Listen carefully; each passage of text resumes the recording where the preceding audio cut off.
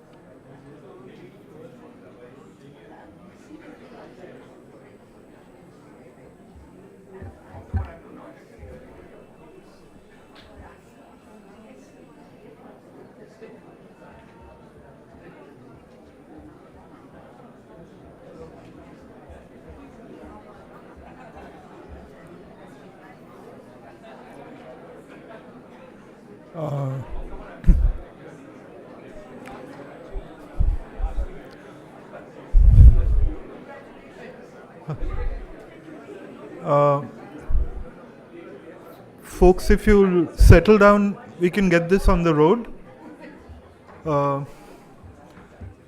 Let me introduce myself. I'm Devanshu. I was supposedly the commissioning editor for this book. And now we can get into the formal speech. Distinguished guests, it is my pleasure, my genuine pleasure. Can you hear me?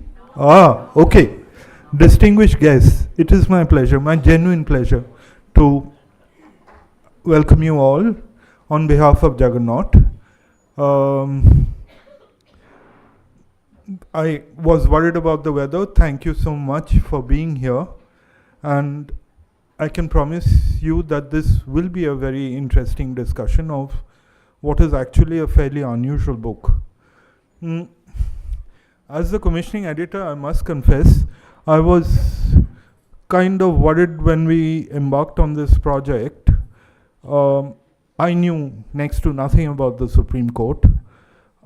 Murli was a debut author, editor. What could possibly go wrong? So it actually turned out that I had very little to do and nothing to worry about. Murli and his team put together a really stellar list of legal luminaries and persuaded them, never mind how, to write. I went along for the ride. I read the essays as they arrived in my inbox, asked silly questions, and basically signed off on what was being written. The domain expertise in this book is astonishing. So is the breadth of the number of topics tackled. I suspect that even long-term members of the legal community, and there are a lot of you over here, will find it illuminating. For a layperson like me, it was revelatory.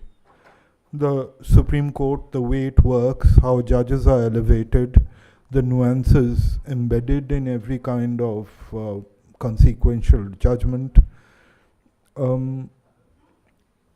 They're all discussed in detail.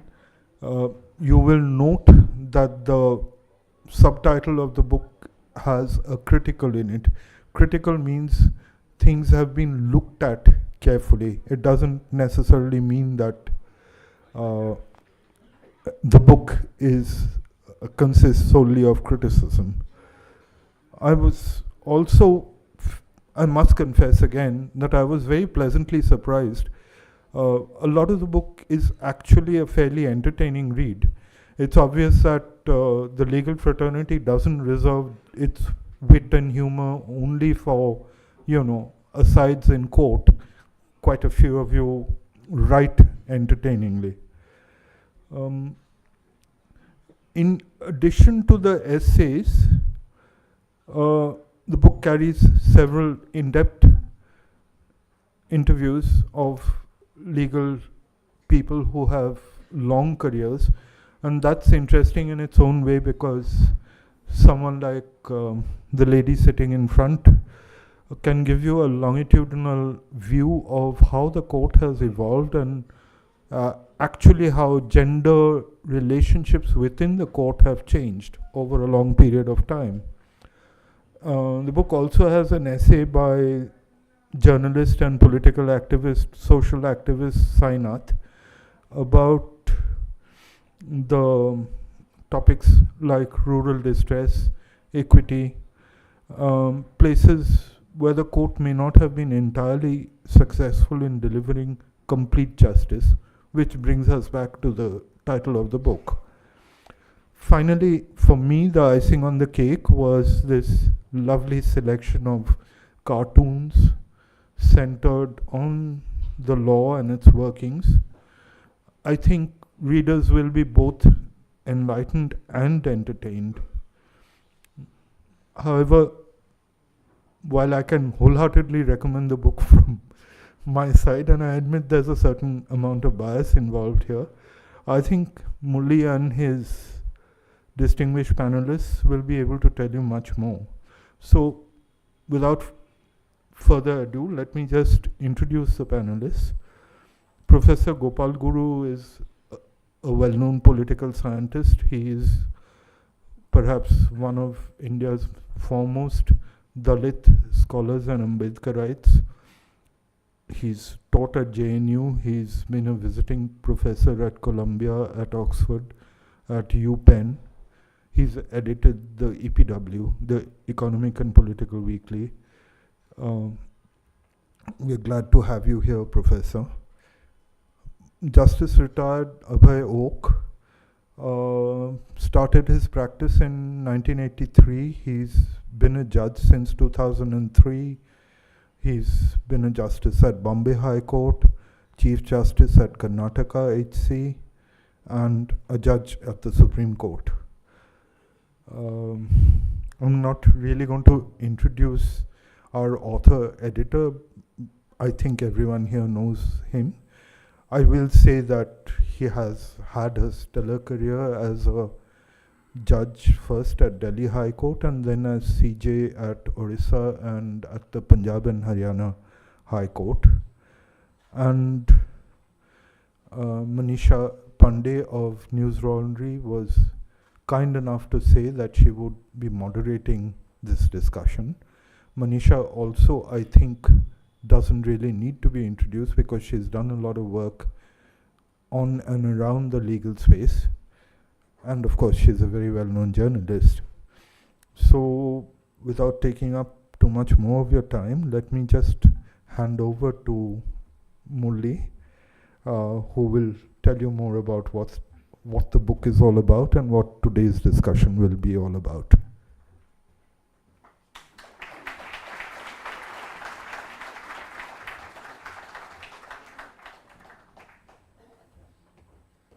Good evening. Thank you all for coming out in such large numbers. I'm deeply honored that many distinguished members of the judiciary, past and present judges, very distinguished academics, senior lawyers, and many more who are deeply concerned about the law and the institutions of law are here this evening. A judicial institution is a repository of memories. In the 75 years of its existence, the Supreme Court of India has built a massive trove of institutional memory, comprising events in people's lives, momentous and mundane, triumphant and tragic, of actions and omissions of the institutions of state, the executive, the legislature, and the judiciary itself, of non-state actors like companies and so on. where these are in the form of written judgments and orders, and therefore largely in the public domain, they are accessible. But these only form a part of the larger judicial record that still remains inaccessible to the legal researcher and historian. Then there are memories that people have of the institution. The Supreme Court has sometimes been visited and oftentimes observed and studied by litigants, lawyers, reporters, academics, legal scholars, and students who have written or commented about their experiences. This is another significant resource for the legal historian. Delving into these sources, the 24 contributors and 6 cartoonists have presented before us their analysis of how the court has responded to the issues brought before it, how it has viewed those coming before it, and how its actions have impacted the destiny both of the country and its people. The overarching tenor of the book is critical and reflective scholarship that can contribute to the debate and discussion around judicial reforms. I don't want to keep this for the last, because what usually happens is by the time the function ends and somebody says vote of thanks, people are already disbursing. But you can't have such a collection of contributors, and they really, with their contributions, have made what the book is today before you. So I would begin by acknowledging, and I wish all of you to also acknowledge some of these contributors who are present physically with us, and many of them who are watching these proceedings online. This is being live streamed.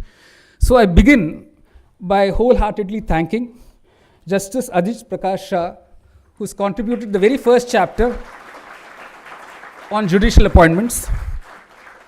Justice Madan Lokur. Madan, would you do us the honor of please standing up wherever you are, the working of the collegium.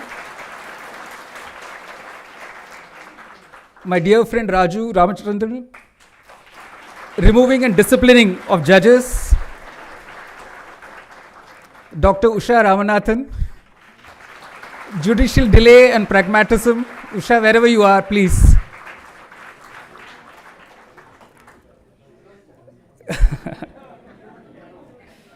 Rohan Alva. Yes. The Supreme Court and its constitution benches. Ravi is unable to be with us here today. I think Mohini is here somewhere. Justice Ravindra Bhatt. The administration of the district judiciary in India. Challenges and opportunities. Professor Bakshi is again unable to be with us, but he took many precious moments. And we've had an in-depth interview with him on social action litigation, which is what he likes to call it. He always corrects us saying it's not PIL, it's SAL. Rebecca Mammon John, deeply honored, Rebecca, that you could make it here. The Supreme Court Criminal Law and Procedure, Nitya Ramakrishnan. Please, Nitya, wherever you are. Okay. Normalizing the exception, deviant legislation in the Supreme Court, and Vrinda Grover. Crime and punishment, the uncertain trajectory of sentencing. Professor Faizan Mustafa has written an article on Article 30 of the Constitution. Professor Mohan Gopal, Mohan, please. The Supreme but pro-caste, how the jurisprudence of the Supreme Court of India preserves and protects India's caste system. My dear friend Sainath. The top court and the troubled countryside. Indra Jai Singh. Again, an in-depth interview. She was so patient with us, answered all our questions, went through the transcript very carefully. Reflections on gender discrimination in women lawyers. Chandru, who's come in all the way from Madras. Jai Bhim Chandru. On labor laws in the Supreme Court. Justice Gautam Patel, who's unable to be here with us. Consistently inconsistent environmental law in the Supreme Court. Arvind Datta, senior advocate. Cases that have shaped the tax landscape in India. The young, bright Gautam Bhatia on media freedom. The young, energetic and prolific Suhrit Parsadi, the 10th schedule to the Indian Constitution. Dear Amit George. Amit, please, let's give it up for Amit. Judicial Review of Arbitral Awards. Is Meenakshi here? We've done an in-depth interview with Meenakshi Arora on advocates of the Supreme Court. the respected senior advocate Gopal Subramaniam, I don't know if he's here. Recollections and Reflections on the Bar, Professor Kamala Shankaran, Legal Education in the Supreme Court. Sriram should be watching these proceedings live. Mr. Sriram Panchu, Senior Advocate from Chennai, the Supreme Court in the next 25 years. I must say, spent hours discussing with me, going over the drafts. We had lots of backs and forths, and it was a learning experience for me as well. But not just these contributors. There were 6 cartoonists, and now I'm going to request Nini to show us who these cartoonists are. There are 6 of them, beginning with Rachita Taneja. I think we should give it up for them. Satish Acharya, Manjul, Sandeep Advayaru, Pencil Ashan, and Rohan Chakravarti. So if we want to know what people feel about the Supreme Court, or not just what lawyers, judges, and law academics and scholars feel, I think these cartoons tell us immensely, with great lucidity, what they think the Supreme Court is all about. So I'll just discuss this a bit more very soon. I also want to thank my 2 young colleagues who've assisted in the editing of this book. Nini, please give it up for Nini Susan Thomas. And Maitreya Subramanian, who's obviously watching all this from New York. He's gone there to do his LLM. And then we have Antra. Is Antra here? Okay. Antra, who's designed the book cover. I also wish to thank the Juggernaut team. So there will be many of them, of course, beginning with Chiki Sarkar. She's just entered. What timing? Devangshu Datta, who was speaking to you just now. And a big thank you to Nishta. Are you here, Nishta Kapil? Riya Gupta, Krishna Savant, for making this, because, after the articles come in, and there's a lot of work to be done in getting it into the final print. I also wish to thank Rupali and Sumedha. They helped us with the initial reading of the essays. I also wish to thank my office colleagues, Karthik, Palak, Yash, and Megha. They've all done their bit. And my own secretary, Nitin Sharma, Raju, Shravan, they've all worked to make this happen. I wish to thank Adalat AI, who transcribed some of the interviews for us, and that speeded up the process quite a bit. I also wanted to thank Zain Bana, who's in Birmingham, where he did the last bit of help with printing out some of the proofs for me to read.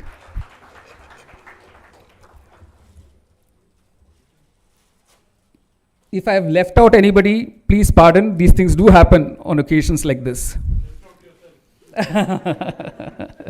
Thank you, sir. I also wish to acknowledge Live Law's help for the live streaming that's happening, and that wonderful team they have here who are covering this event. And of course, the India International Center. These essays tell you about the kind of causes and litigants that have come before the court over the 75 years, and those to whom it continues to remain inaccessible. They speak of the potential of the court to do complete justice at times, and the constraints of the law and procedure that do not enable it to do so at other times. The instances where the law has been made to serve the cause of justice, and those when the court has deterred. The reader might realize that a polyvocal court can also mean that we have 17 Supreme Courts and not just one. That at times pragmatism trumps principle, uncertainties and inconsistencies in the laying down and in the application of the law tend to compound the litigant's woes, and that words final and conclusive in relation to the decisions of the highest court are at best a misdescription of the law laid down by it. The not so infrequent recourse that the Supreme Court does, and only it can, to its powers under Article 142 of the Constitution to do complete justice, even where well-intentioned, can still have unintended negative consequences or leave the task half done and unfinished. This explains to some extent the choice of the title of the book. I'll now just run some of the cartoons past you to see how powerfully, with a few strokes of the pen, these cartoonists have been able to capture what the court is today, what the judicial institutions are today. So this is the first by Sandeep Adhyaru. Can we zoom in a bit? No. So it so perfectly captures, because although in the public domain, judges do speak of bail being the rule and jail the exception, what happens in individual cases is something else. And this is so well captured by Sandeep Adhyaru. I then move on to the next cartoon by Satish Acharya. You know, Suhrit Parsari has written a whole article on the 10th schedule. And at least 2,000 words of that article are in the Shiv Sena case. And then Satish Acharya sends us this one cartoon, which just encapsulates that entire 2,000 words with just this one cartoon. I mean, it just shows the brilliance of the man and why we need to preserve this freedom of expression in our country. It's very badly needed. And we must encourage these cartoonists to express themselves fearlessly. The third, again, so brilliantly captured. I know all the legal scholars will agree with me. In just one frame, he's been able to explain the Ayodhya case. It's outstanding. And I saw it, I was stunned.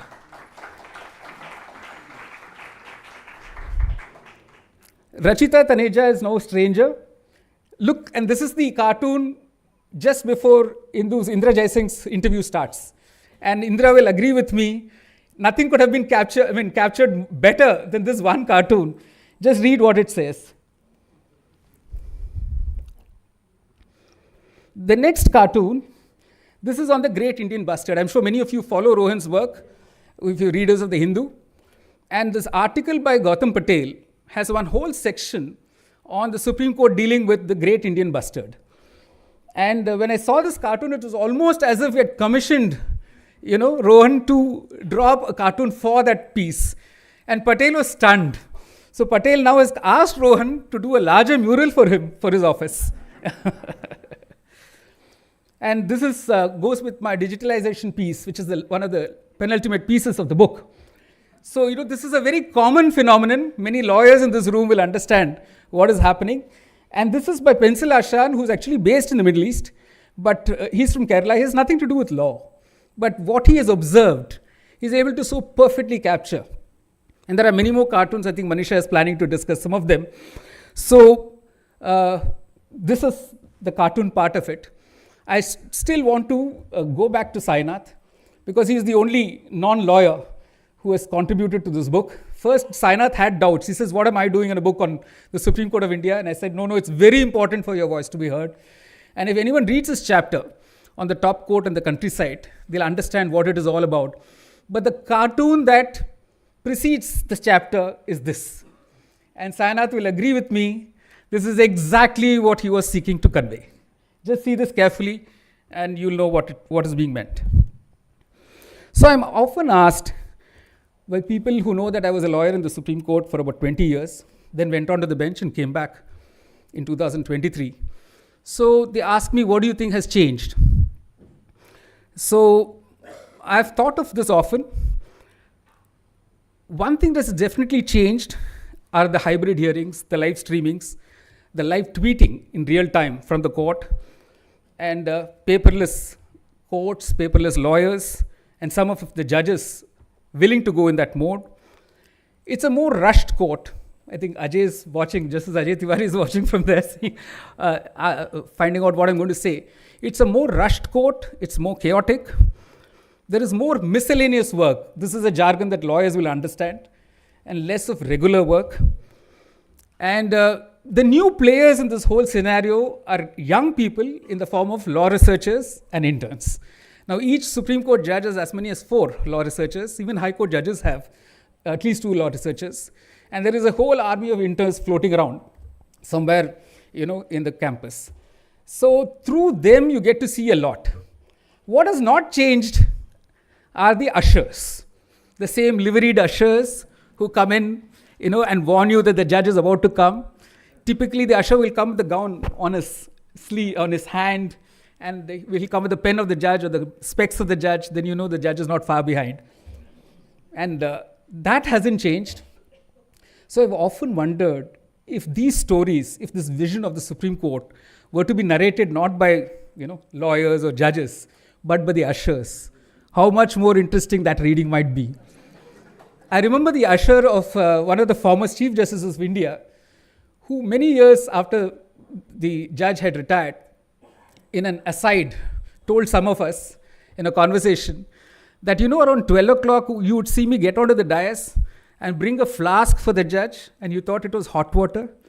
It was spirit of a different kind to keep his lordship happy. And then you have law researchers who are now coming out. They can't control themselves. You see social media. So law researchers can't keep quiet. So one law researcher, there's a study done on the law researchers of the Supreme Court. It's there in the public domain. One of them was asked to prepare 2 drafts of a judgment in a case. One allowing the appeal, one dismissing the appeal. For my law to choose which one would work. So if we have the narratives of the court spoken in different voices, we might get to hear even more stories. But all that, I suppose, is work for the future generations. What does give me hope, though, and this is the present bar, that we have a younger and more vibrant bar, more women lawyers and seniors, far too many advocates on records, which has its own set of problems, and also far too many seniors, including myself, who's come back to the bar. But I think there is hope, because some of these young lawyers are doing some very, very difficult cases. They're going out to the prisons, meeting prisoners, picking up their stories, coming back, litigating, getting the truth out, and getting to ensure that justice is done. And all this not for any reward, but sheer commitment to the cause. So that gives me great hope for the future of the bar.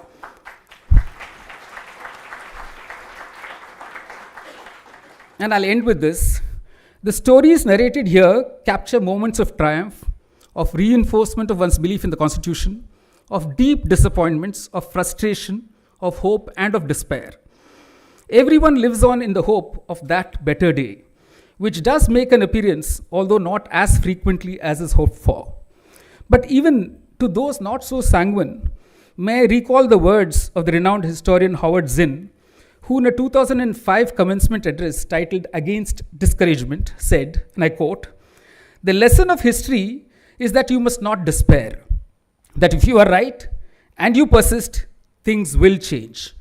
The government may try to deceive the people, and the newspapers and television may do the same, but the truth has a way of coming out.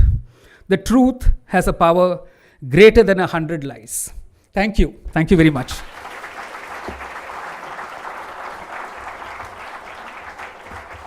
I'm also deeply honored that Justice Oak, Professor Guru, and Manisha have agreed to be on the panel at my request, and we can start the discussion straight away. Thank you.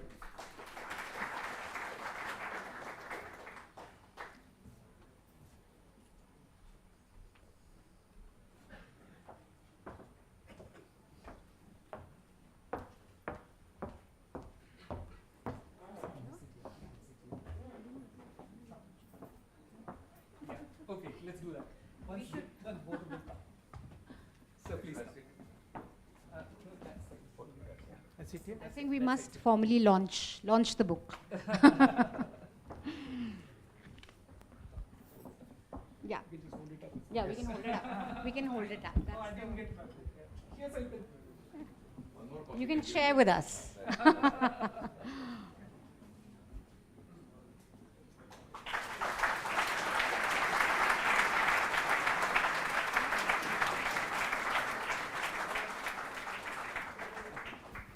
Great. Thank you so much, everyone, for turning up. It's such a lively crowd, and I hope we have a useful discussion for you over the next 40 minutes. I want to set the tone of our discussion with a cartoon. Can we have that up, please, here?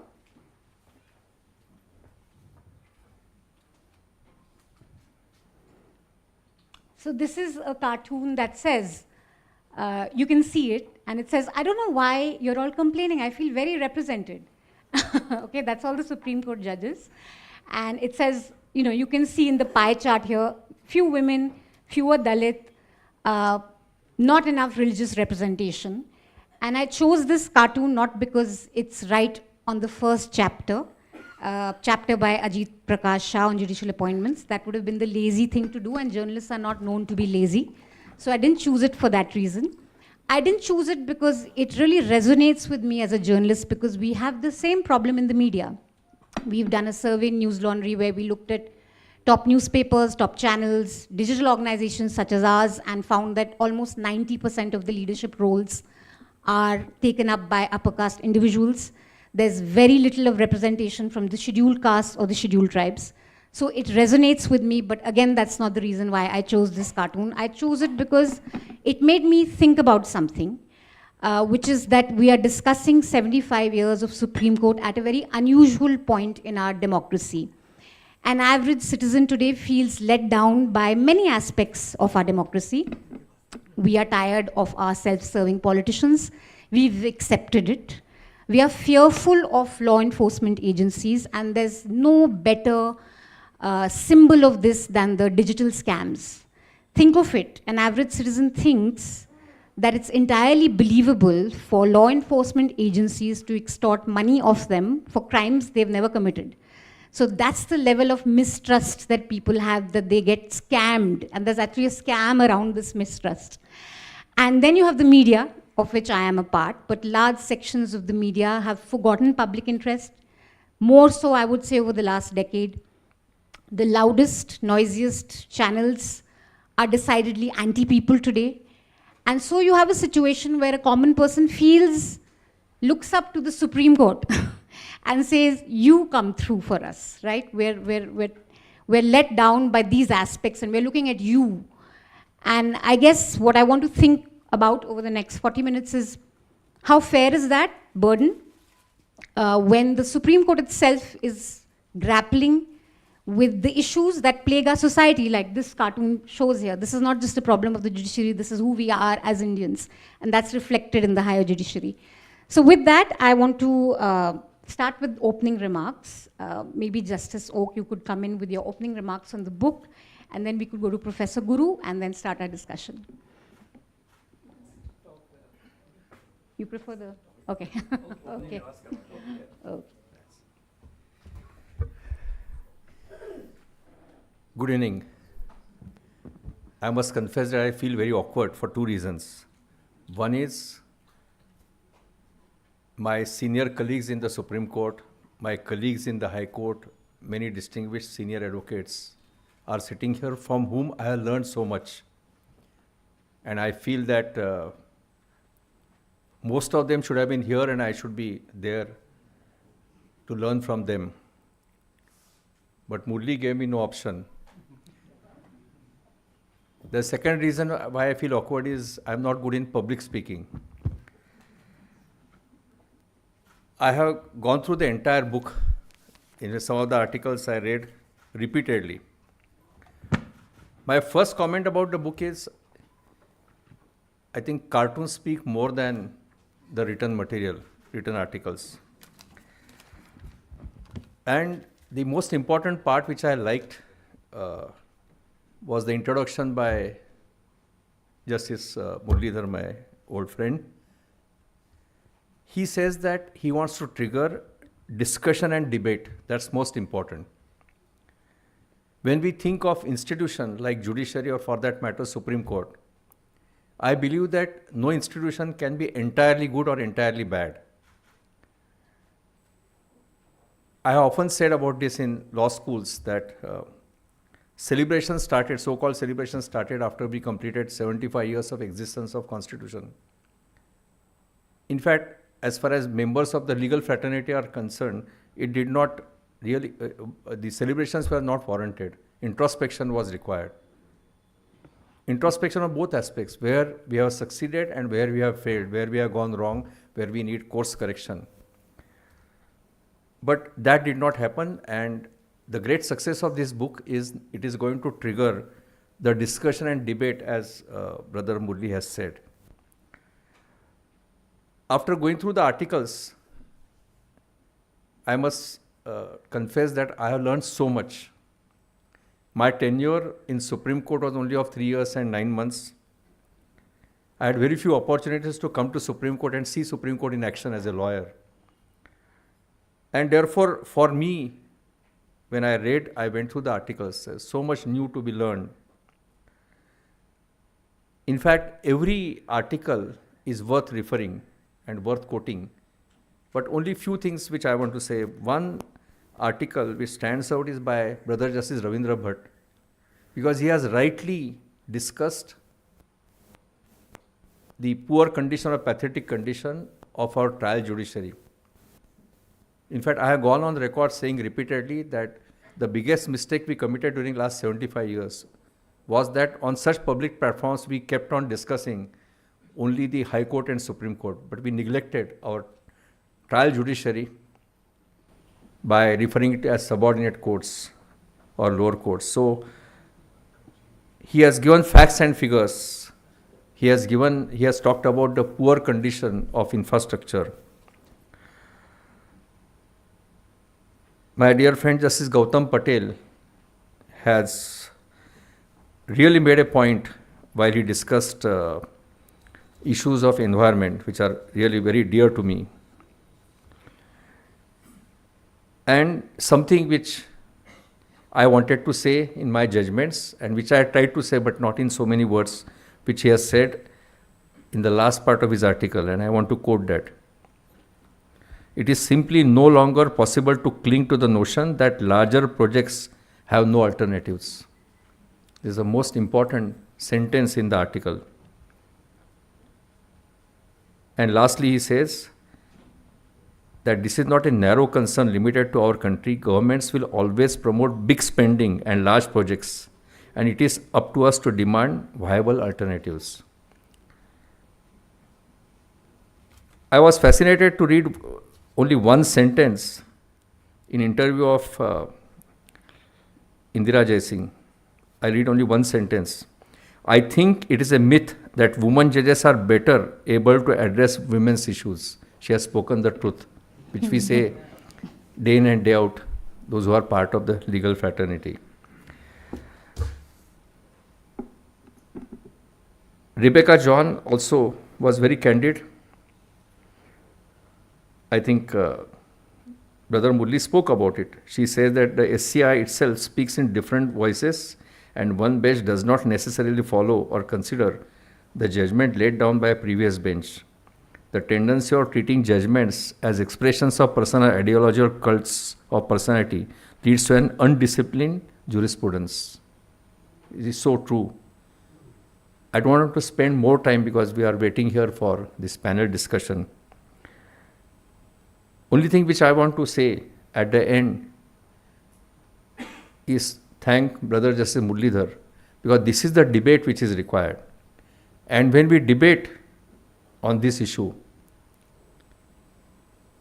we must deal with where we have gone wrong, where the justice rendered by Supreme Court was incomplete. But wherever the Supreme Court, the great judges, have done a great job, we must acknowledge that also. Do we have judges who will say to his wife that, look, I am delivering a dissenting opinion and I know that this is going to cost me the post of Chief Justice? Do we have judges who will tell the persons in power that if you make me Chief Justice by superseding somebody, I'll step down? In fact, these are the real traditions of the Supreme Court. This is the real glory of the Supreme Court. And lastly, I think one more debate is required. Look at the number of cases filed in the Supreme Court. Filing is ever increasing. We lay down the law which binds the entire country. In fact, we deal with the lives of individuals, so many citizens, so many individuals who stay in our country. And we deal with 60 cases on non-miscellaneous day after notice matters. We deal with 30 regular matters on Thursdays, 70 or 80 or even more matters on Mondays and Fridays. This is an area of concern. Where is the time for application of mind? If we are going to spend 6 hours every day in reading the files, at the end of the day, lot of time in correcting the orders. I mean, where is the time to think? Where is the time to deliver judgments? This is one area of concern. The sheer numbers is the area of concern. And some reasons we must find out. I said that one concern was where in a magistrate tribal case, where normally magistrate should be granting bail or sessions court should be granting bail, now people have to approach Supreme Court. There are reasons and reasons, but we need to have debate on why there is a huge filing and consequently huge pendency of cases in the Supreme Court. I thank the publishers and the author for giving me this great honor. Thank you.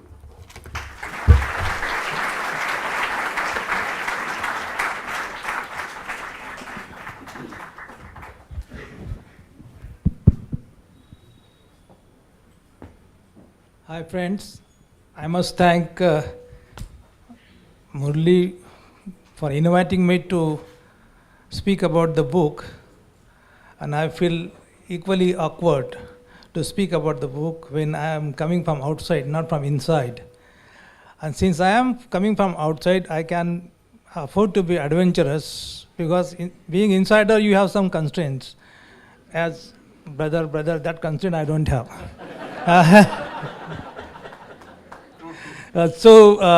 Pardon me if I am really using my wisdom to reflect on the book. I must share with you that the book is worth reading, and reading for those people who don't really belong formally to the area of legality. And this book I would recommend very highly to those people who want to do some insightful research on judiciary and social relationship in this country. Therefore, I would try to reflect on or build on to the terms that have been used by different scholars who form the part of this book.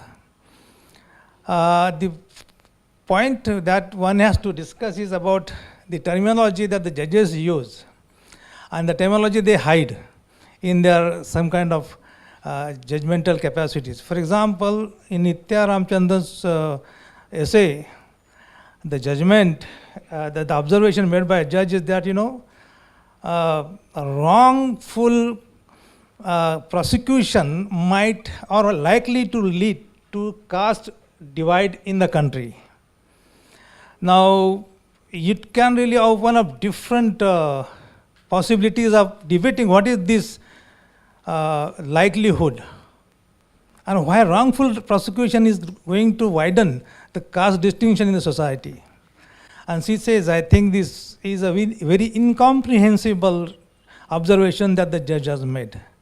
I am going to ask this question to all of us, that what is this suggestion? There's some kind of consequentialism involved in this, that you are actually trying to privilege the element of moral duty over reason. And this is in reference to the 1989 Act, that a scheduled caste person is trying to inflate the case, and that would really lead to this kind of division. Now the question is, should we be taking this moral route, or you want to take a legal route to this problem? And I think the legal reasonableness is aimed at actually finding out what is wrong prosecution, what is a wrong prosecution, and what is the right prosecution. What kind of prosecution would really maximize or minimize the prospect of justice? Instead of doing this, the judge is making something, he's going beyond this legal mandate. So one has to find out why this is coming, from where is this coming, and then Mohan might have his own explanation to this. So the debate that one has to start is that whether one can privilege. This is a moral duty of the untouchables to actually find out see that they moderate their claims to justice, keeping in view the health of the society, a social harmony question, as if the accused person doesn't have any duty. So, I mean, we can explain this in different ways. So, this is one question.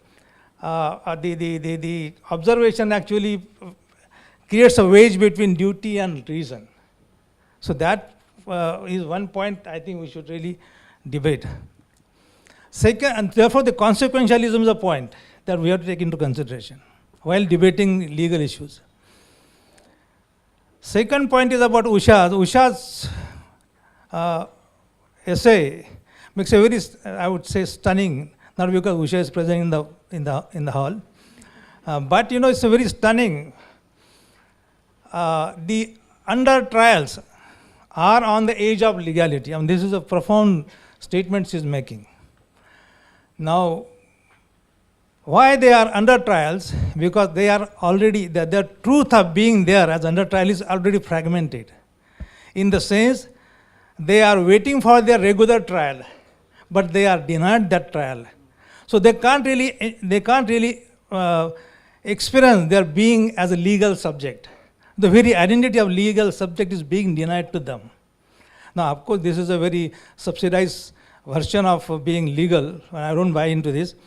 Why should I be a legal subject and for what reason? Being under trial. So that's a different issue. But the fragment that is introduced into this under trial is waiting for the trial but not able to do. So he or she is a part of the system yet apart. Now, this goes very close to what Ambedkar was saying. Untouchable of the part, but they are still apart. So this is one, another way of looking at the terminological possibilities and their expansion. Now the third one is very important. There, I think, is the definition of discrimination is important, and that issue of discrimination is raised by Sainath and Mohan, and I think in media, Gautam Bhatia. It is about the bail, promotion of judges. We have to find out what is the subtle difference between discretion and discrimination. What is the level at where you find discrimination is becoming legitimate, and discrimination is not intruding into this legal legitimacy of discrimination. So that is one point was troubling to me. So I thought discrimination absolutely brings to your notice the problem that the Supreme Court is actually creating while defining it. Discrimination formally requires two people and their visibility so as to establish discrimination. If there are no two people, how can you establish discrimination? So definitional condition is having visibility of two people, right? And therefore you can find out the discrimination playing out between the two. But Sainath is making another important point in his essay. Does the Supreme Court have, does visibility provide all the time a definitional condition for for discrimination to become legally intelligible? And he says no. The certain people are rendered invisible. They have gone into oblivion. They have vanished. And since they have vanished, the definitional conditions are also eliminated. So what does the Supreme Court do about this? And he mentions about the Kumer case. It took 10 years for the court, for the police to file the charge sheet. I mean, it's amazing in this country. I mean, maybe incredible. So, what does the court say about this? When the conditions for definitions are not fulfilled, certain people are not visible. They are just disappear. They are made to disappear in oblivion. And there are cases. A GNU case is still pending. So that's discrimination has to be defined differently, and we have to negotiate or debate this point. Again, going back to Mohan, and since my introduction was done in a different, in a way that I should really intuitively relate myself to my location. So I'm really drawing purely on the experience of the untouchable communities and the essays by Sainath and Mohan bring that new terminology to our discussion. Great.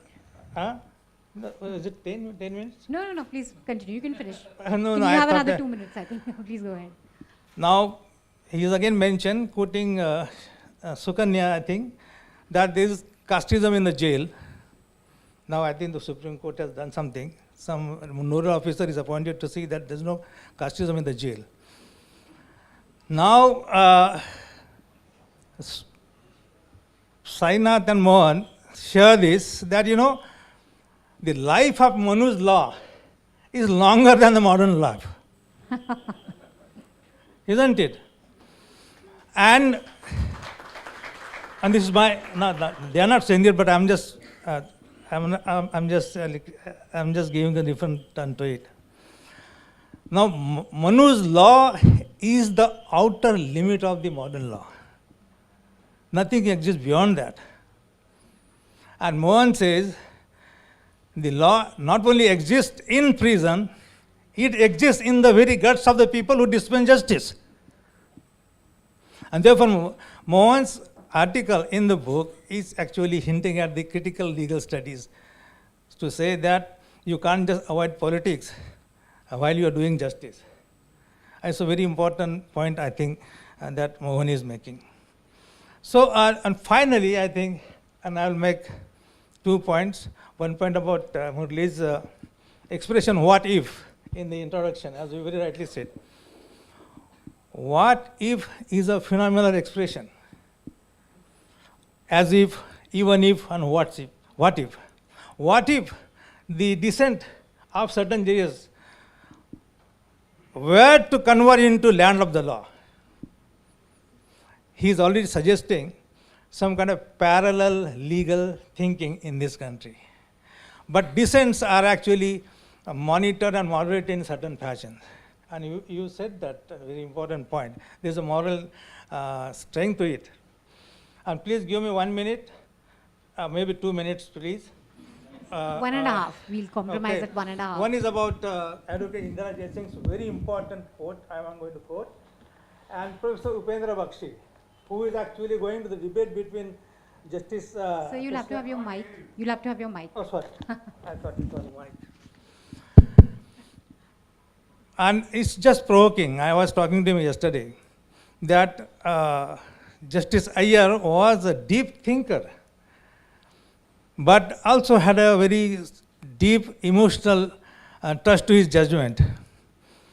But as Professor Bakshi is known for his legal theory, jurisprudence, he would say too much of, he said, you want to wipe the tears of the poor people, but the handkerchief is tattered. So he is actually in a way coming in with a legal theory background. But let me read out quickly in the same way that Advocate Indira Jaisingh's very categorical observation, and that requires very, very deep thinking. And I'm just quoting you, ma'am. When one represents to a court a deprived community, one is forced to be creative in one's argument. She believes that the letter of the law has not much to offer to these communities. She further observed that the arguments have become like mantras. So I'm just adding to what you are saying. Mantras draw their repetitive power, perhaps derivable from the actual laws that draw their content from the past precedents. What is this? I think she is actually inviting us to think more creatively, insightfully about the cases that pertain to oppressed communities. Thank you so much. Thank you so much. Yeah. Senior Advocate Muralidhar, you couldn't have asked for a better review. These are like amazing notes on the book and the chapters you absolutely shouldn't miss. When we talk about, I want to start with you actually. Can we have the cartoon up right before Rebecca John's chapter, which is on criminal laws and procedure? So when we talk about incomplete justice, I think perhaps nothing illustrates that better than Umar Khalid's case. Seen 4 Chief Justices, yet to see justice by the brilliant Manjul. Umar's case is of course the most stark, and there's quite a bit of media attention to it. There's a lot of conversations around it, but there are many such cases. You had the case of Sudha Bhardwaj, you had the case of Siddiq Kappan, 800 days in jail, and then he gets bail. UAPA cases, activists languishing in smaller parts and districts and cities who we don't know of much, who we don't talk about enough, essentially in jail for thought crimes. And I wonder if there is a recalibration of bail is the norm, Freudian slip, bail is the norm and jail is the rule. Is there a recalibration?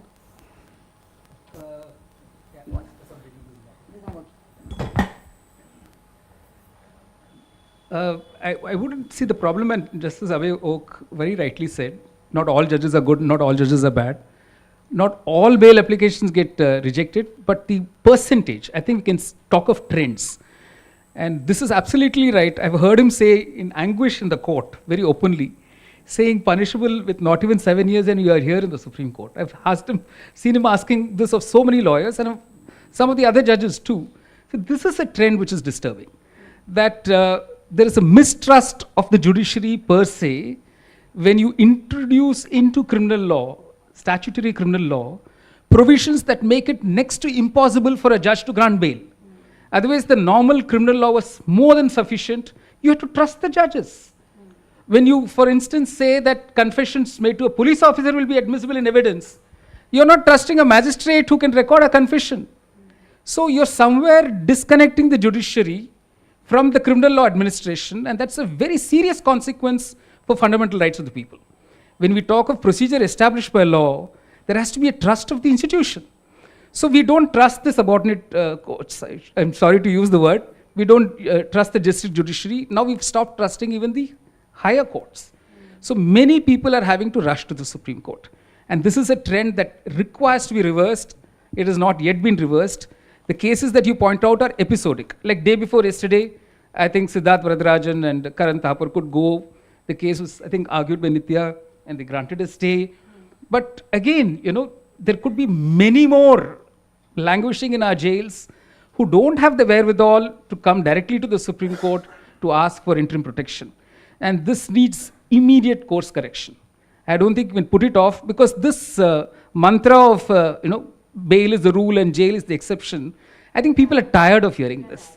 They just want to see it in action, and we need to trust our judges. If a high court judge is going to pull up a district judge for granting bail, I must share with all of you, when I took over in Orissa, and Abhay, you will be shocked to know this, there was actually a circular saying every copy of anticipatory bail or bail, the order granting that should be sent to the High Court. You know what it means when you tell a judge that every bail order you have to send to the High Court. I had to have that circular withdrawn. And after a lecture in the Judicial Academy, I would have many of these judicial officers come and tell me over a cup of tea, so you keep telling us all this, but what if my ACR, that is annual confidential rolls, are spoiled? And it does happen. So if you read the Tariq Pe Justice book by Prashant Reddy and Chitrakshi, they talk of cases where judges have had to face disciplinary proceedings for granting bail. So this has to change. And I think we use all these public platforms to emphasize that we must stand by our district judiciary when they grant bail. That is exactly what they're supposed to do. And we must protest against introducing into even, like provisions like make it impossible for grant of bail, shifting the burden of proving innocence at the stage of bail on an accused. These provisions have been written not just into the UAPA, but the PMLA and the Companies Act and so on and so forth. That trend has to shift, that has to change.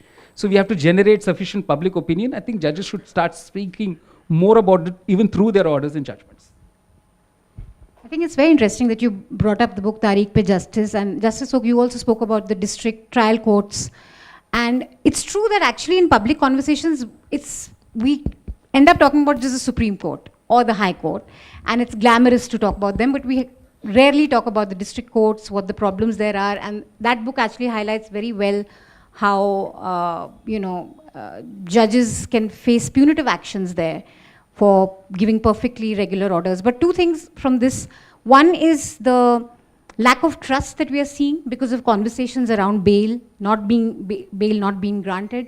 There's a certain distrust which is not healthy for us. And what do you think constitutes incomplete justice? It's delay, it's denial, but there's also the silence of court. Now there are questions around why is the court silent?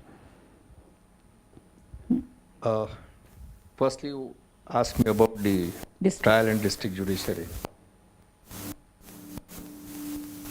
I think I said that a few minutes back that we have neglected our trial and district judiciary. I think someday we must make a study. I'm dealing with a simple civil suit, maybe a very small person a woman going to the civil court and seeking a share in half acre of agricultural land. Now there is a civil court and there appeal in the district court. So how many cases go by way of second appeal to the High Court? And from second appeal, how many cases go to the Supreme Court? And the study will reveal that there are many who can't afford to go to even High Court. And therefore, that's the importance of those courts. And as Brother Murli has said, it's not exactly about distrust. It is about the treatment which is given to some of the session judges or magistrates when they pass certain orders. There is other element which I want to highlight.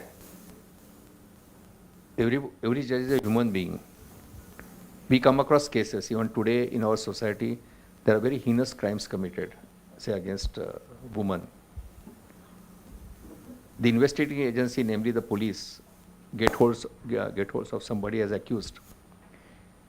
And there are politicians, ministers, even chief ministers, declaring that now we have arrested the accused and we'll see that he is hanged. Now place yourself in position of a session judge working at a taluka level or district level. Now there is a social media. Yeah. There is a media. There will be a 24/7 frenzy around it. That's right.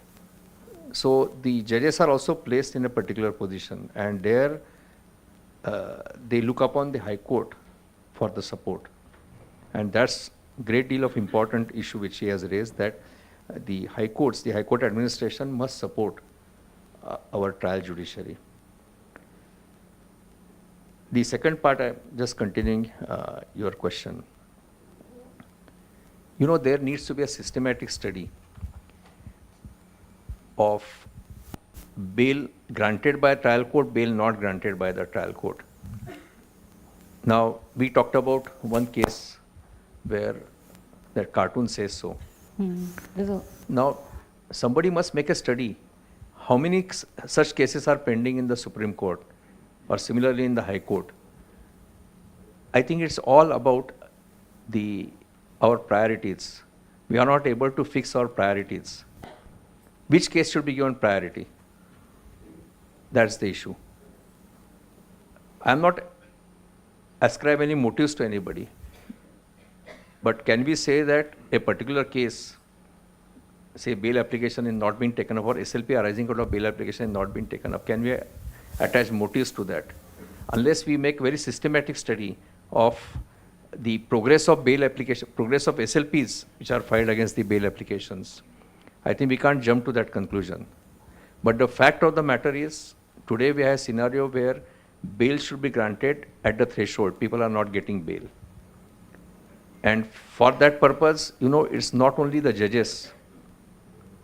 The approach, I have attended some of the conferences of doctors. There are associations of doctors in Maharashtra who conduct these legal seminars about medical negligence, about right of accused, right of victim. There is large section of our society which is blaming the judges for granting bail. because people don't understand difference between grant of bail and acquittal. Yes. You know, so therefore, we of course, as member of the judiciary, I continue to be belong to that fraternity. I must accept that where bail should have been granted is not being granted. I must accept that in many cases. But we have to think about the role played by society, role played by media, and role played by prosecutors. That's it. See, some of these law officers, we find that even though charge sheet has been filed, 3 years have gone by, the person is not required for an investigation, trial is not going to begin, you will have even law officers in the Supreme Court vehemently opposing bail. I think it's a very interesting point you made. I hope you can hear me. Or maybe we can fix this. Yeah. And otherwise we'll have to keep. Okay. So I think you made a very interesting point, and I want Professor Guru to also come into this. This thing of opposing bail, and especially because of the media pressure or social media pressure or just, you know, the frenzy around the case, and especially in heinous crimes we see when somebody's been caught, there's this immediate need to, you know, instant justice, and sometimes you've had cases where there have been immediate encounters, quote unquote.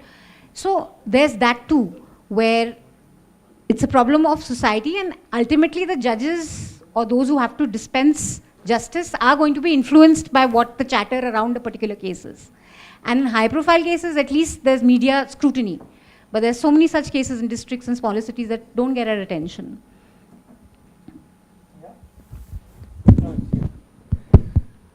I think I am still very skeptical about the term used, prima facie. What is this? This is, I mean, the charge is true and untrue as well at the same time. So how does how does a judge take a call to say that this has a potential of granting the bail?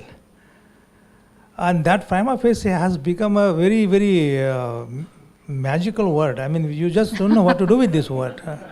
It offers a great escape route for those people who actually live with the prejudice of against women, against Dalits, against oppressed. So, in that, I mean, in this situation where there is an advantage for playing out your own prejudice against women or against Dalit, there should be. Is there any mechanism to see that, you know, your capacity to grant bail becomes foolproof? I don't think there's any provision in the law manuals or law books, or even the debates that took place, even the reports that were written about the very text of quality books. So that, and so in the absence of this clarity about this thing, people take advantage. I mean, social media and all those people take advantage to pressurize. And why they don't need to pressurize? They have become law themselves. You know, they deliver judgment, they do all kinds of things. So, I mean, there's really a challenge before the judiciary in this country to see how to really handle this parallel system of judgment. Now, Sainath was referring to a case in Tamil Nadu, a person who is, and Murli knows it, so a Dalit person has been appointed, and he's from what is called Ghana. What is this, Sainath? Where are you? There he is. So that person, and he has been appointed as a lecturer in a college, and the college has, and judgment, and the High Court has said that yes, the appointment was legitimate, all the proofs, all documents are in place, and yet the court has dismissed him. Now, I mean, there is a law beyond law. There's a law beyond law. And so how, I mean, the formal system of justice has so much to really handle. Now, you can say, so you can, I mean, Kamla and Faizan Saab wrote about education and your judiciary at Bhopal. But when my experience of Bhopal, and Mohan sent me there one day, I was so much disappointed that no one would talk to me. For those who don't, I mean, Professor Guru is referring to the National Judicial Academy. National Judicial Academy, Bhopal. And he's talking about his experience of talking to judges there who come for the training. Yes. So maybe I talked about the very difficult issue called reservation. So they had their own mind, so they didn't want to open up. So I mean, all right. So I think it's such a deep problem. As I am as an outsider, is so worried about the whole thing. So you're not an outsider. Can I add only one thing? Yes, please do. Since we are on bail, Yeah, we're on. yes, of course, I have said, Are we on bail? I have said, There's another cartoon See, of Stan Swami, sorry, Professor Sai Baba. no, while we discuss bail, and as judge also endorse this, that bail is the rule and jail is the exception. But we can't ignore that in certain cases, law requires judges to reject the bail application. That also is something which we should consider. But there are cases and cases where person who is released on bail has gone and threatened the victims. It happens in case of offenses against women. Yeah. So when we discuss bail, and I was the one who always said, that judges have to be liberal because there is Article 21. But at the same time, we cannot forget that there are cases and cases where bail has to be refused. And it can't be that a judge who grants bail is a good judge and a judge who refuses bail is a bad judge. We can't have that Yes, outlook we also. can't. I'm told that we're running out of time, but I want to have one. Are we? Do we still have like 15 minutes, and then we can take on the questions? I want to move to media. Question to you. We have a situation now where the media is both the victim and also a perpetrator sometimes. So you have endless trials, you have reputations being ruined on primetime news, you have real life consequences of media trial that we see today, including jail. And then you have independent, public spirited journalists who are slapped with FIRs, who are slapped with defamation cases, also with UAPA cases for simply reporting, simply news gathering. Do you think we've done enough to protect freedom and also protect people who are victims of media trial? Actually, that's a no-brainer. Of course, we've not done enough. So again, media is not really free because it's subject to so many pushes, pulls, and pressures. There's corporate ownership of media. So when the media is taken over by a corporation, by a powerful, let's say, company, the narrative changes. And again, media, since it depends on advertisements of the government, and this is something I think you in your channel keep on saying, pay to keep news free. So, they are now constrained to walk a very tight rope. I'm talking of even something like, Indian Express. So they have to make sure that they have both points of view, and it's a balancing act. You can see that's happening day in, day out in newspapers. So media is really not functioning in a free and accountable manner. So you're talking of accountability of the media, which is not able to be enforced. You're talking of freedom of the media, which is definitely being curtailed through a variety of instruments. So like raids on media houses. Yeah. And so many of you have to go online. You have to, depend on social media and that kind of influencers. So the nature is changing because of the controls that are placed. And this is not just peculiar to India. It's become a global phenomenon. So I think you should tell us something more. In fact, we've not heard from you. You should tell us about, the pressures that media houses face and the tremendous, harassment in having to run from a police station to a court and then to the High Court and the Supreme Court. It must be taking up so much of your time as well, right? Yeah, especially for smaller media organizations. And I think one thing which has interestingly happened over the last few years is the misuse of copyright laws, where a lot of us have had to, we've had our content pulled down because the people that we are critiquing use copyright laws to strike at us. And I think in this case, there's one very interesting case of this channel called Being Human. I'm sure a lot of you are familiar with that. Ramit, who basically he would take content from other channels, but to mock what they're doing. So it isn't a copyright violation, but there was a copyright case which they lost because they couldn't explain to the judge what a meme means. So he told me that, I'm just unable to explain that it's a meme. It's not a copyright violation. So I think there's also that, how our language changes, how our critique changes. The courts have to be abreast with what's really happening here. It's not stealing content, it's using it. It's pretty much like what cartoons do. Memes are kind of the new cartoons. But there's the other aspect also. Can I just add one thing? To Yes, this? please. Sorry, I should refer to Gautam Bhatia's very important piece in the volume. That what he is saying is that the media, so-called corporate media, has actually has become so free after neoliberal policies of the government. Earlier, and the case he's talking about is the case of the Sakal. The court took the decision then that there should be balancing between the price of the page and common good. The common good should not be compromised or sacrificed for the price of the gate. So the numbers of advertisements and all that have to be decided in proportion to the common good of the people. But that burden is gone off, and that's a very important point Gautam Bhatia is making in his research. So political economy also is very important. There's the other aspect of the media, which I think is very interesting, and we should know this from you. We have Live Law as partners, and there's Bar and Bench, and there's live tweeting now of every, hearing, and you're quoted. You can be, even an observation by a judge can make front page headlines, can be a trending hashtag, can be, a source of a meme. So the scrutiny and the 24/7 coverage, especially on social media, what's happening in the courts, we welcome that. But is that changing the way judges are conducting themselves in terms of even observations, how they write a verdict? See, two things about it. Personally speaking, I developed art of ignoring what media says. That's the best strategy for a Can judge. one really ignore, though? I always wonder. Because you obviously look at... I will tell you an interesting thing.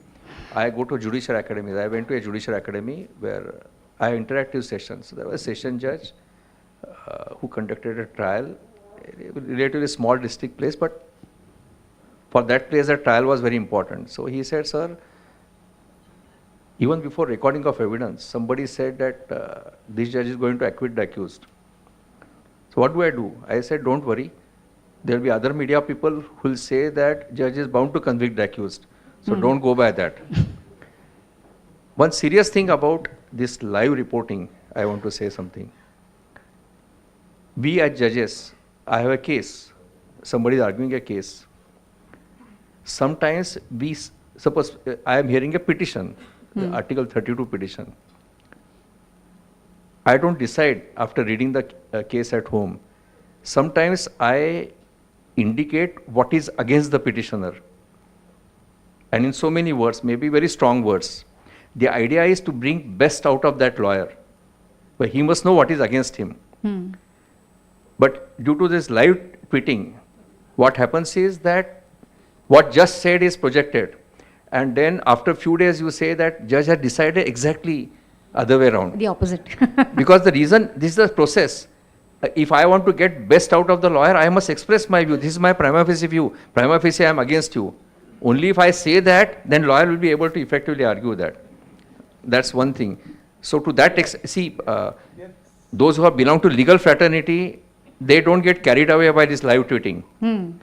But lay persons, even highly educated lay persons, they sometimes get influenced, but I am not bothered about it.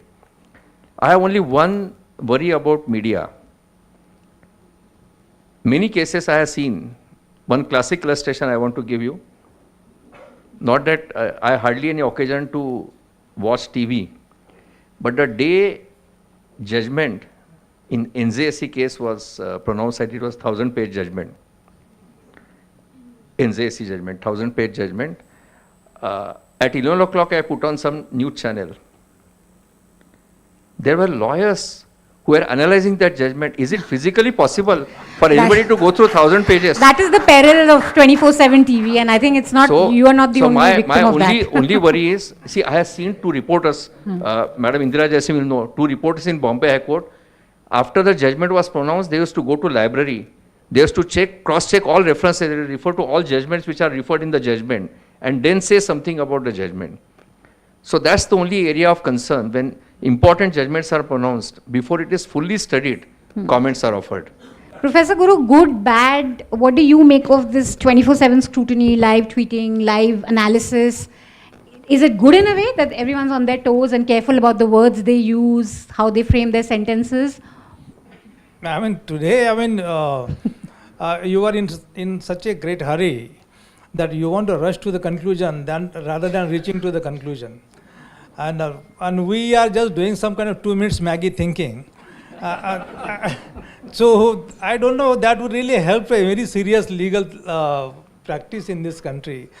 You need to have some kind of a very, it's called, what is it called, infrastructure of thinking. You require to spend a little more time, read this book and how it is carefully and diligently done by all the 24 authors. I don't think there's any option to this short-circuiting of your argument through media and digital things. So I'm against AI, basically. Yeah. Okay. Yeah. Okay. Can I add something Yes, please about go live ahead. tweeting? You know, there is one. I'm a fan of live tweeting. I must say, I No, really correct. appreciate live law and bar and bench Right. quickly telling me what's happening. So then, but please go ahead. See, there is one good feature of live tweeting. Suddenly, people who don't have cases in the court have realized that court is something very interesting. Yes, it's got the public interested. That is. What do you think? Do you think? But on the central question of does it? You think it's changing the way judges are wording what they're writing, their observations? No, I think the court is a theatre of performance. There can't be any doubt. And some judges, some lawyers will use that space to perform. It's a human tendency. We've had lawyers who make an argument, then turn around, actually literally physically turn around to seek approval. I know Justice, they'll all know whom I'm referring to. But it's, this is true. It's a human tendency. You know, today now those clips, the live streaming clips are all being used in YouTube. Somebody says angry judge, brilliant argument and that kind of a thing. It's inevitable. I think in a democratic space, this kind of a thing will happen. You welcome that? You think that's... I think it's part of that churning itself. When you open up court spaces, these things are bound to happen. But we should be able to rise above this and be able to handle it. In fact, one of the judges giving a dressing down to an IAS officer saying you did not come in your jacket. And it did have a backlash. And I think it was important for people to know that some judges think like that. So I'm just saying it's better that some of these things happen.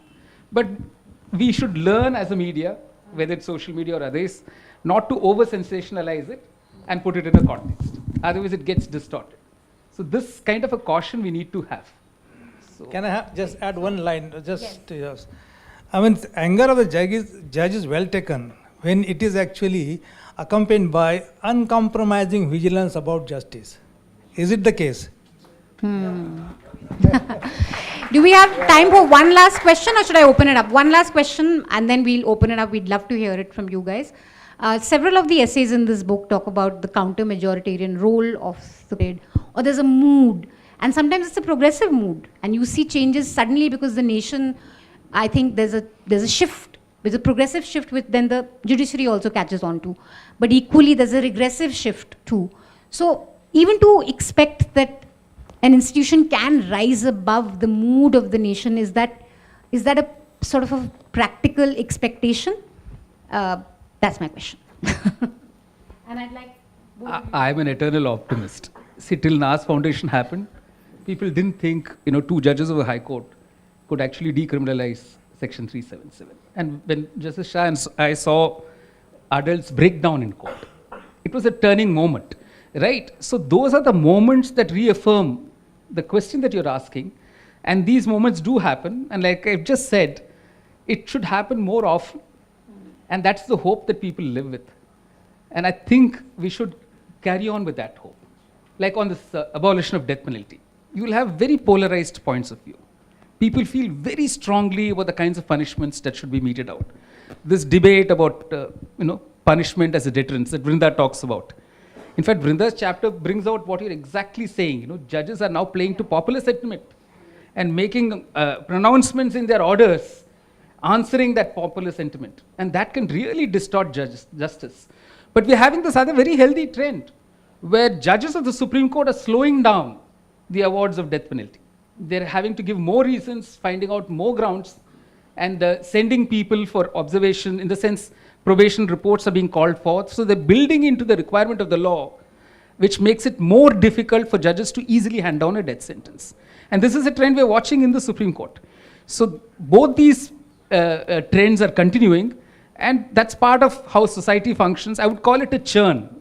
Like in a democracy which is at work, this churn will be there and will get reflected in the Supreme Court. I think it's healthy, and I'm an eternal optimist. I think the court will be able to rise to being what it is meant to be. I just wanted to add one point and then I'll give it to you. This thing that you mentioned, decriminalization of same-sex relationships. Do you really think it was, I feel like the society, there was, the media was for it, there was enough activism around it. I think it was actually a very easy judgment. It wasn't contrarian, it wasn't going against the majoritarian because... Manisha, yeah, you're talking of 2017, I'm talking of 2009. That's the difference.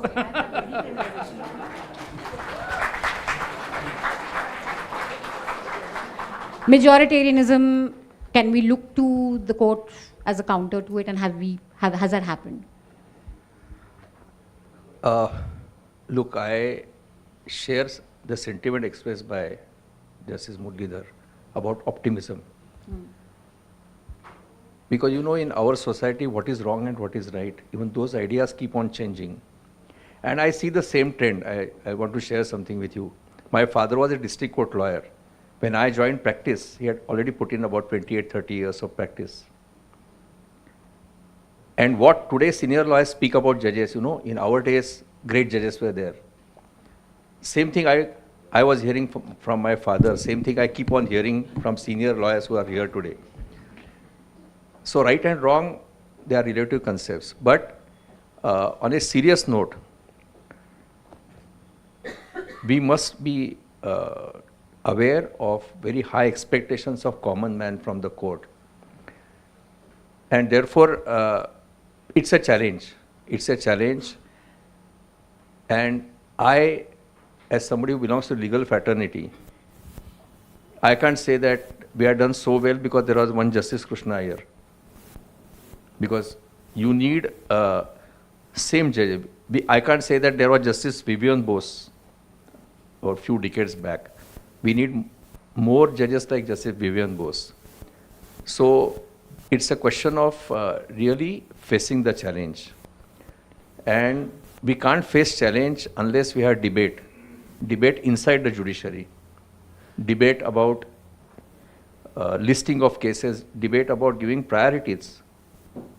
I believe only in one thing, that we have never discussed the issue of giving priority. What is this talk about giving priority to cases of senior citizens, somebody who is above 60 years? I'm talking about common man's perspective and very logical perspective.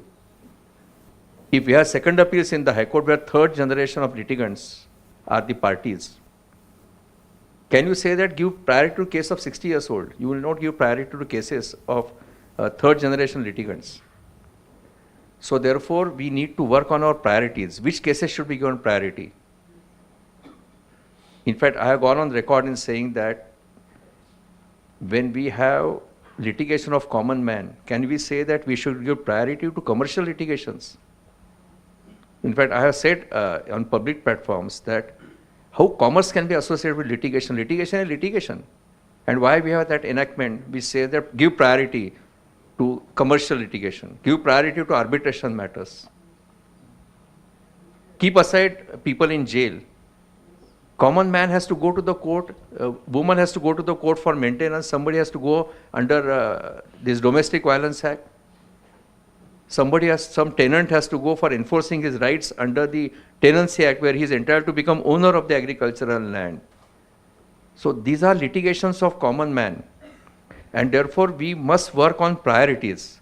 Only if we work on priorities, then we will be able to say that we'll be able to restore faith of common man in judiciary. It is not only about dealing with cases of those who are languishing in jail. It is all about cases of very poor people, very ordinary people who come to the civil court or criminal court with the great hope that they will get justice. So therefore, someday we'll have to think about our priorities. Should we give preference to arbitration? Should we give preference to commercial cases? That's the question. Professor Guru, you want to come in on counter-majoritarian? No, I am worried about something else. Uh, I think Alwa's essay makes this point, a very important point, that Justice Nariman, sorry, wrote 2 volumes as to how descents were converted into land of the law. Now, my academic concern is that in what sense it was an improvement on the dissent that was expressed some 10 years back. And that would perhaps answer most of the question as to what should be the nature of the judiciary in this country. Yeah. I can't have any projection or conjecture to make. The second point is, and as far as I am an outsider, and you are around me. I think we've established you're not an outsider. Okay. Thanks for accommodating me. I think our judges, and I'm reading some cases, that they are for achieving perfection for positivism, whereas Justice Krishna Iyer or Advocate Indira Jai Singh would give some kind of a normative height to your judgment. Now you have to make a choice. You want to achieve positive perfection, positivism, meaning heart and Dodkin. So that's the simple thing. So that is how one has to handle this. If you really want to create faith in the judiciary, faith of the common people in judiciary, and some previous CJI said, no, people's sentiment, what did he use? And some essay, people's sentiments need to be represented in the judgments of the people who dispense justice. Now, which people, I have no idea. It's a very ambiguous term, Great. Thank you so much. With that, let's take some questions, and please keep your questions brief and make sure that they're questions, not observations. Okay. Okay. Please. The mic there. I don't know why we have not addressed the elephant in the room. And since we have Justice Oka on this panel, I want to ask a direct question. Since you said ask a question, otherwise I would have rendered a little speech for you. But I believe in protesting in real time. If you want to make a change, this answers your question. Are we interested only in dissents, which will become the law of the land 10 years later, or are we going to protest in real time? So my question today is this: how does the collegium function in the secrecy that it does? Today we have a dissent by the sole woman judge on the Supreme Court in this country who said she disagreed with the decision which was taken by the majority of the collegium, appointing a junior judge who will be the future Chief Justice of India. I want to know what are the criteria for selecting future Chief Justices of India. In my opinion, they are ideological. A majoritarian Hindutva government wants its own people in the judiciary, and what have you judges done about it? My God. What is the lure? What is the lure of post-retirement that beckons judges? We want an answer to this question. Madam, is that a question enough? It's more than a question, and we expect nothing less from you. So, would you like to take that?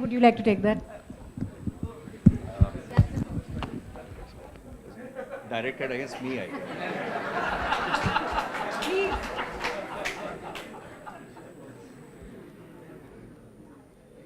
In a lighter vein, firstly, I'm happy that I am not part of the collegium. And I was the part of collegium only for 6 months. This is a question of great deal of concern. And in fact, I have been saying this. We have to define what is transparency. You are right when you say that if one judge has dissented, we must know what is that dissent. There is nothing wrong with that. And you may be justified in criticizing why that dissent is not on the public domain. That is one thing. Other question which is asked every day to me: why the deliberations and minutes of collegium are not being uploaded. Today, you talk to any chief justice, any retired chief justices are here. Today, it's a task in hand for chief justices to persuade successful lawyers to accept judgeship. Collegium considers cases of say 10, 15, 20 lawyers. When collegium will say that A is not up to the mark, B has some doubtful reputation, C has something. Are we not concerned with privacy of those individuals who volunteer to give consent? Because if 10 cases are considered, 5 will not be recommended. Other 5, if it is on public domain, they have to go back and practice. So issue of privacy is also there. There was some resolution of the Supreme Court recommending High Court judges. Even income of that particular lawyer for last 3 years, even that is part of the resolution. So we have to balance it with privacy. And when there is dissent, I fully agree with you that we must know why that dissent is there. There you are absolutely right. We need a lot of thinking about it because there are pros and cons about it. Some people believe that, only because we have entire resolution on public domain, it brings about transparency. Perhaps transparency, wider issue, transparency has to be in the process which is adopted by High Court Collegium and up to government. But this issue requires debate, and I'm glad that you have started that debate. The gentleman there with the check shirt.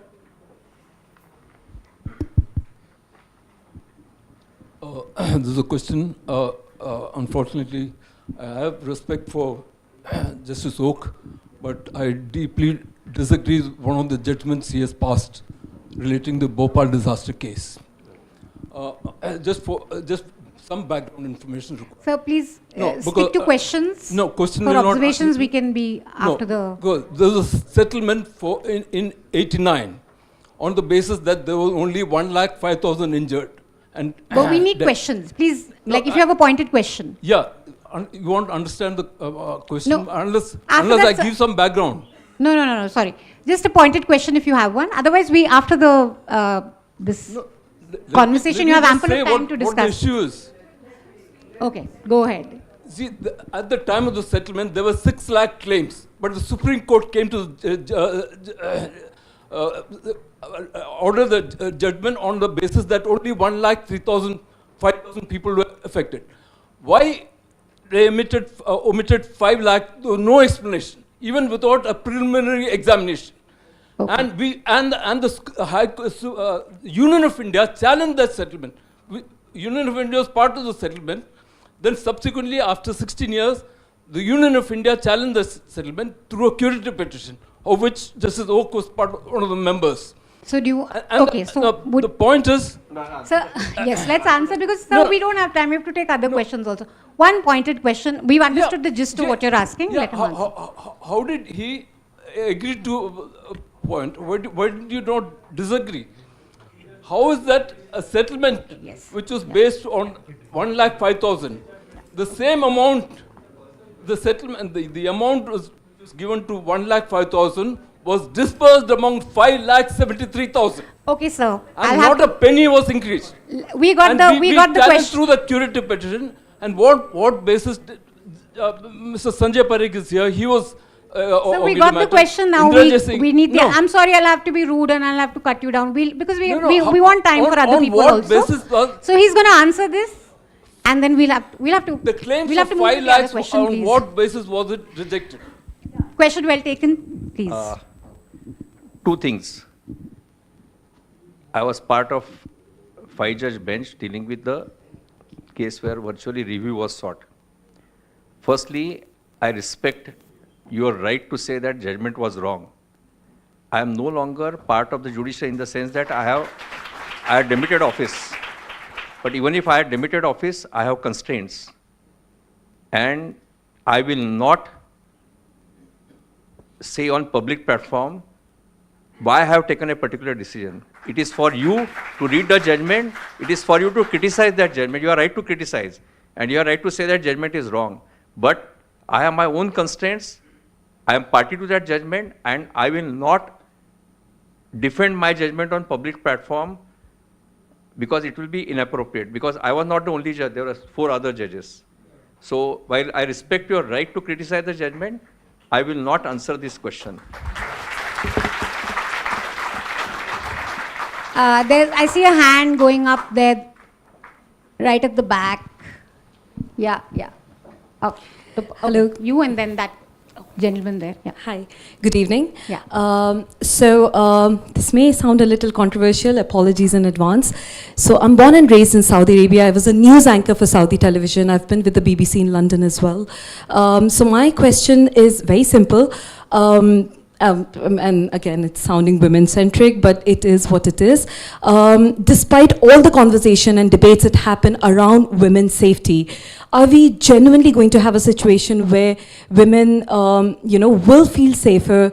I live in Dubai and Saudi most of the times, and then when I come back to India, as much as I love this country, I do not feel safe. So everything that goes around, will we ever have maybe capital punishment, maybe stricter laws? That's one. And second, I understand it Your is question controversial. taken, please. And just another question. Also, just 2 days before I was coming back from Jammu. Okay, ma'am, I said we don't have time for observations, just specific questions. The specific question. This is the specific question. Are we doing enough about women's safety? Right. That's the question. And the second question is, 2 days before coming back from a flight from Jammu, I happened to do namaz in my seat, I think I have to tell the person with the mic to please and the passengers give it to- beside me asked the seat to be changed just because they saw me praying. The only question, pointed question, is this: as a Muslim, and I speak for Muslims around, will we ever have we a have situation the person where with the mic, where we feel safe enough to perhaps carry on life as usual? Okay. Thank you very much. House rules, guys, please. We don't have much time, so we want actual questions addressed on the conversations we've had. If anyone would like to take that, we can. But I don't think that's a specific question that anyone here. It's a question that involves a lot of things: policing, society, education. So I don't know if I want to specifically ask that question of anyone else. But please, now I'll be very ruthless. So specific questions based on the discussion we've had now. Gentleman with the cap. Questions only. Otherwise, I'll have to ask the person with the mic to take the mic away. Sorry. We've discussed about bail. I wanted to know the opinion of the panelists of various states using preventive detention laws to detain people. Okay. Would you have that to anyone specific, or you want anyone to comment? Would like to comment on that? I think two different things. We are discussing bail. You are discussing preventive detention. Now, as far as preventive detention is concerned, law is so clear that procedural safeguards have to be followed. If they are not followed, court will have to issue a writ releasing the person. But two are different, totally different concepts. Yeah, I think if you mean what are the courts doing about preventive detentions, I think you have a genuine concern. Usually these detentions are for a short period. They're meant to be for a short period. Preventive detention law is used to keep the judiciary out. Normally when you're arrested, you'll be produced before a court. If you're preventively detained, you're produced before a board. And that board can sit within 3 months. It can confirm your detention. Our own statistics in the Delhi High Court is 90% of all these detentions are confirmed. By the time it's challenged in the court, 10 months have gone by. Usually even those very progressive judgments you read at the Supreme Court or the High Court squashing a detention happens at the end of 10 months and 11 months. Just as Oak mentioned about priority. There are high courts which are not giving priority to habeas corpus petitions. It's a matter of serious concern. There are times when the Supreme Court has not taken up the issue of habeas corpus petitions not being given priority in a place like Jammu and Kashmir. So it's a very serious concern that states across the country are using preventive detention laws to keep the judiciary out, to deny basic protections. And it's an unfortunate episode in our constitutional history. Rohan has written about it in a separate book altogether, that in our Article 22 of the Constitution, we legitimized preventive detention. Something that was a colonial hangover, it is a relic of the colonial past, has come to become entrenched in our present system. And it is actually, putting away people for political reasons because you do not trust the judiciary, you do not trust our own system. So we need to do a serious debate on preventive detention laws. And that requires, again, another debate or discussion. One more thing. Actually, my experience as judges, these matters don't require much time to decide. But the positive thing I want to tell, there was a Chief Justice in Bombay High Court who gave specific assignment of preventive detention matters to me for 1 year, complete 1 year. So he was conscious of the fact that these matters should be given priority, and that has to be followed everywhere. Actually, you are making the point I'm making too. Right. See, it's all become very Chief Justice centric. One thing we didn't discuss is master of the roster. So our institutions are all Chief Justice centric, and that needs another debate. You'll find enough articles, enough essays in this book for you to ruminate. Yeah. The gentleman in the green kurta. Yes, please. Yes, please. You have rightly concentrated on criminal justice system, but don't you think that the whole system is actually not working? You go to any tribunal today, let me tell you honestly, the judges sit at 12 o'clock and they're up at 2 o'clock. So- Nothing is being decided. The system is actually failing. So Very serious. Anand, the 3 interviews, Indra Jaisingh's interview, No, concentrated. Do you agree that the system of administrative tribunals is just not working? absolutely, there's no question at all. And no, I'm just saying the book does discuss. In the panel, we couldn't discuss everything.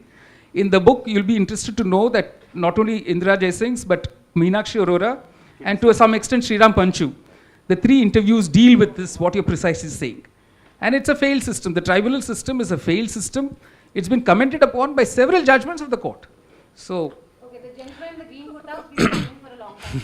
Your turn. So my question is directed to, I'm Advocate Vishwas Tavan. My question is directed to Justice Muralidhar and Justice Oak, since both of you have been on the bench for a significant amount of time.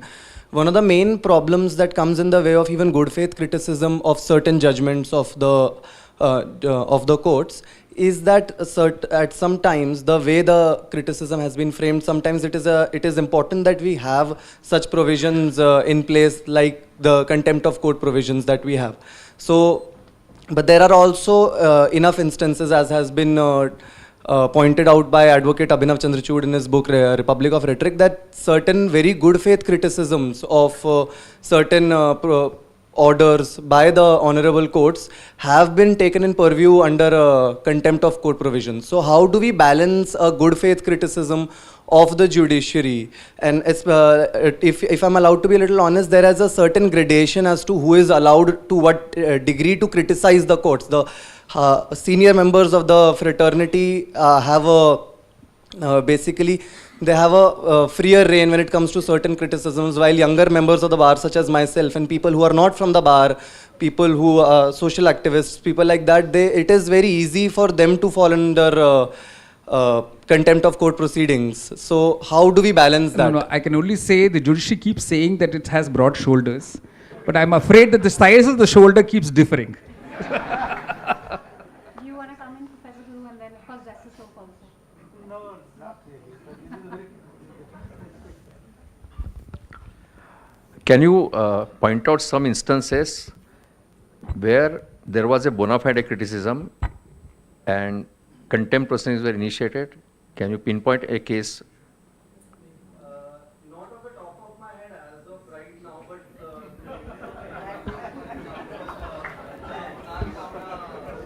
instance where he tweeted the court. So that was a very valid, in that instance it was very valid that the court took contempt of court proceedings in that case, even though his intentions might have been good. I cannot comment on his intentions.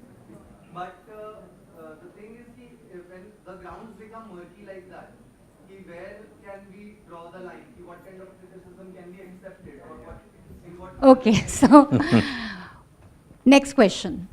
I think he's answered, but we don't have much. How much time do we have now? 2 minutes? 5 minutes? Yes, please. Quick, one question. Yeah. So I just wanted to ask that on the bulldozer, there was one observation, and then it was very clear that it will not be a revenge bulldozer. But And it's we are continued. seeing across the country that the revenge bulldozer is going on. Yes. and there is no action either from High Court or from the Supreme Court. Even the Supreme Court is not taking care of its own observation on bulldozer.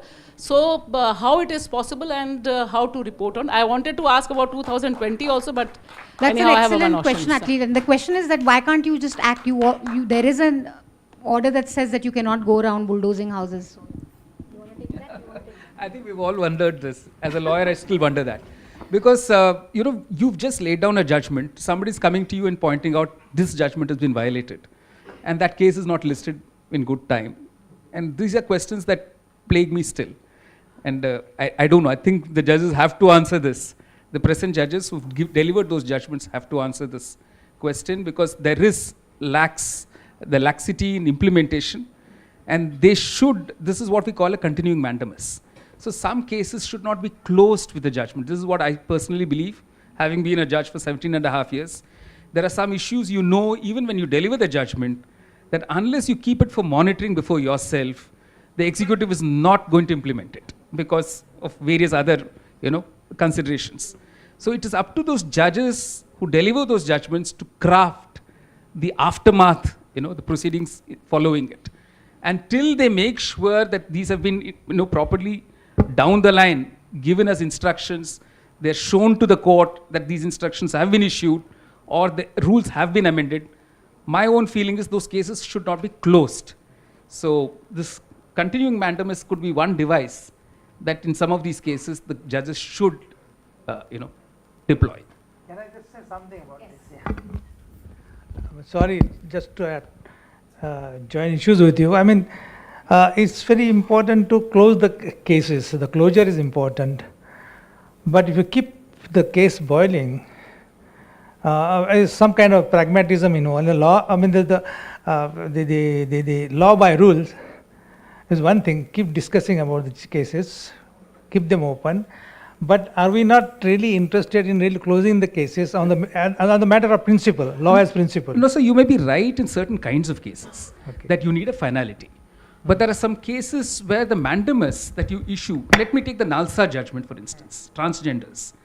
You gave a long judgment, you made several declarations, and you anticipated that they may not be implemented. So ultimately, people have to come back to you to say, listen, you've given a good judgment, but it's not getting implemented. So they devised, this device of continuing mandamus is not deployed across the board in all cases.